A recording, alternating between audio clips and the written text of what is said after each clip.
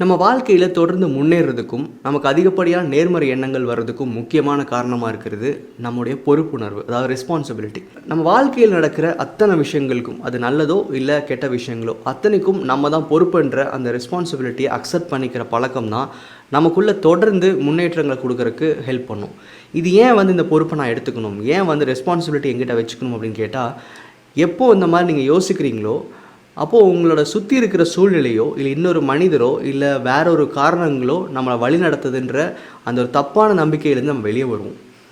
எப்போது நம்ம வாழ்க்கை நம்மளோட ஒரு டெசிஷனில் தான் நடக்குது, என்னோட தேவைக்காக தான் நான் எல்லாமே நடக்குது அப்படின்னு நீங்கள் புரிஞ்சுக்கிறீங்களோ, உங்களுக்கு நீங்களே அந்த ரெஸ்பான்சிபிலிட்டி எடுத்துக்க ஆரம்பிப்பீங்க.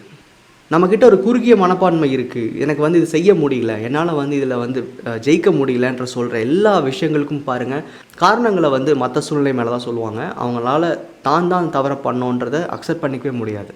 ஸோ நம்மளுடைய தவறுகளுக்கு நம்ம கண்டிப்பாக பொறுப்பேற்கணும். அப்போ தான் நம்ம வெற்றிகளுக்கும் நம்ம பொறுப்பேற்க முடியும். அப்போது எந்த ஒரு கடினமான சூழ்நிலையாக இருந்தாலும் சரி, எந்த ஒரு சந்தோஷமான சூழ்நிலையாக இருந்தாலும் சரி, இதுக்கு முழுக்க நானும் எண்ணங்கள் தான் காரணம்னு சொல்லி முடிவு பண்ணிட்டீங்க, அதை புரிஞ்சுக்கிட்டீங்க, அக்செப்ட் பண்ணிட்டீங்க அப்படின்னா 2 விஷயம் அதனால் உங்கள் லைஃப்பில் மாறும். ஒன்று, நீங்கள் எல்லாத்துக்கும் பொறுப்பேற்றுக்கும் போது ஒரு கடினமான சூழ்நிலையில் நீங்கள் அந்த நேரத்தில் துவண்டு போகாமல், சரி இந்த மாதிரி நடந்ததுக்கு நான் தான் காரணம், நான் தான் சரி பண்ணணும் அப்படிங்கிற அந்த ரெஸ்பான்சிபிள் ஆக்ஷன் அப்படின்றது உங்கள்கிட்ட இருந்து வரும். அப்போ என்ன ஆகும் அப்படின்னா, எல்லாமே கைவிட்டு போயிடுச்சு, என்னோட கண்ட்ரோலில் இல்லை அப்படின்ற எண்ணம் உங்கள்கிட்ட இருந்து போயிட்டு, எதையும் நான் சமாளிக்க முடியும், எந்த ஒரு சுச்சுவேஷனும் என் கண்ட்ரோலில் தான் இருக்குன்ற அந்த ஒரு கிளியரான ஐடியா கண்டிப்பாக உங்களுக்கு தோண ஆரம்பிக்கும். அடுத்தது, பொறுப்பை நம்ம ஏற்றுக்கிறதுனால ஆக்ஷன் அப்படின்றது, அதாவது செயல் அப்படின்றது நம்மக்கிட்ட தான் அதிகமாக நடக்க ஆரம்பிக்கும்.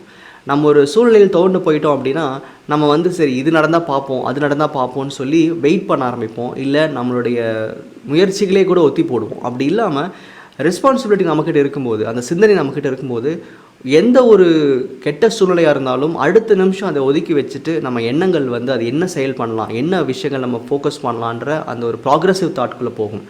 நல்லா கவனித்து பார்த்தீங்கன்னா, இந்த வெற்றியாளர்கள் சொல்லுவோம் இல்லையா, லைஃப்பில் அவங்க இருக்கிற இண்டஸ்ட்ரியில் ரொம்ப சக்ஸஸ்ஃபுல்லாக இருக்காங்க அப்படின்னா, அவங்க எந்த ஒரு சூழ்நிலையிலையும் சரி கொஞ்ச நாள் பிரேக் எடுப்போம், இல்லை நான் தள்ளி போடலாம், இல்லை இந்த விஷயங்களை அப்புறம் பார்த்துக்கலான்னு சொல்கிற அந்த ஒரு தாட்டே அவங்களுக்குள்ளே இருக்காது.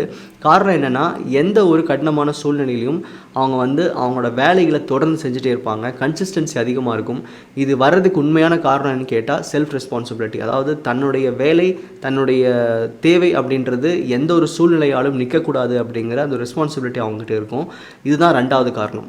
இனிமேல் உங்களுக்கு சந்தோஷமான சூழ்நிலையாக இருந்தாலும் சரி, இல்லை ஒரு வருத்தப்படக்கூடிய சூழ்நிலையாக இருந்தாலும் சரி, அது காரணம் நீங்கள் தான் அப்படின்றத அக்செப்ட் பண்ணிவிட்டு அங்கேருந்து அடுத்து என்ன ஸ்டெப் எடுக்கலான்றதை யோசிக்க ஆரம்பிங்க. உங்கள் வாழ்க்கைன்றது நீங்கள் தான் டிசைன் பண்ணுறீங்க, நீங்கள் தான் அதுக்குள்ளே வாழ்கிறீங்க. அதனால் அந்த ரெஸ்பான்சிபிலிட்டியும் உங்களுக்கு தான் இருக்கணும் அப்படின்றது தான் நான் சொல்ல விரும்புகிறேன். நன்றி.